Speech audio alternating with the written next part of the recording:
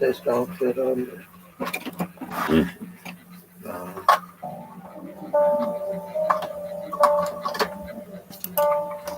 Here's a bit. Stolen. There's a top on it.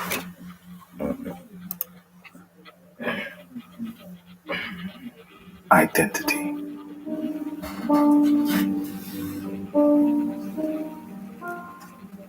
Identity is central to knowing who we are.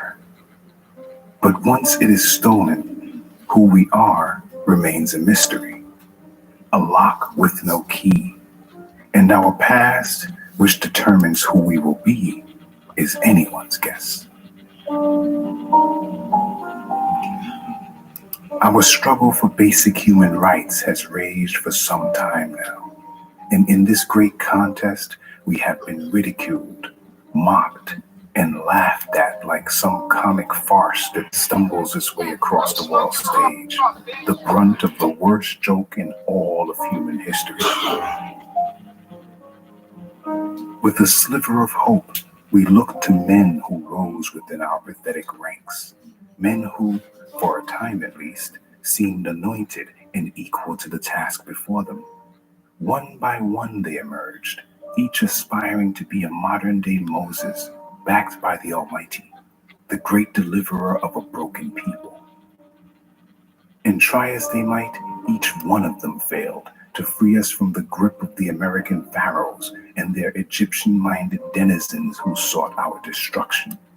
They purported to be citizens of this country, yet, like us, they were once strangers in a strange land. Therefore, theirs is an existence forged in hypocrisy and built upon the weakest foundation.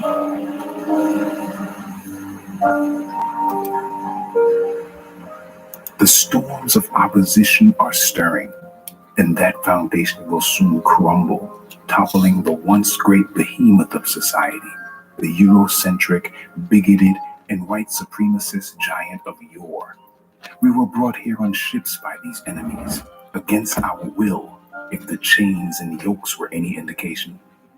Our identity was theirs to strip away, and so we were renamed, re-educated, and refashioned as chattel, no better than branded oxen or mules that bear the white man's burden. But despite this incriminating history, many among us are led to believe that the ills we suffered are a thing of the past.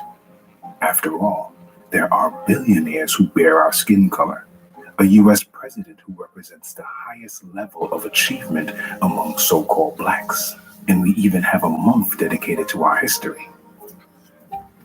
But only those who are unaware of their history need a month devoted to such.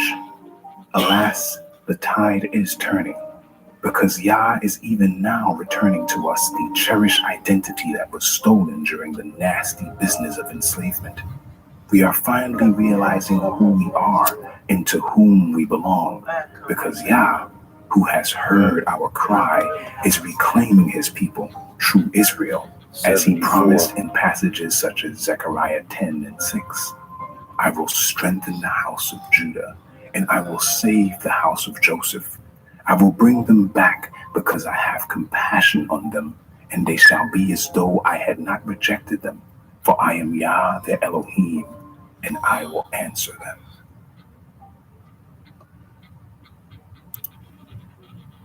Access the text for this poem or download the audio at Kingdom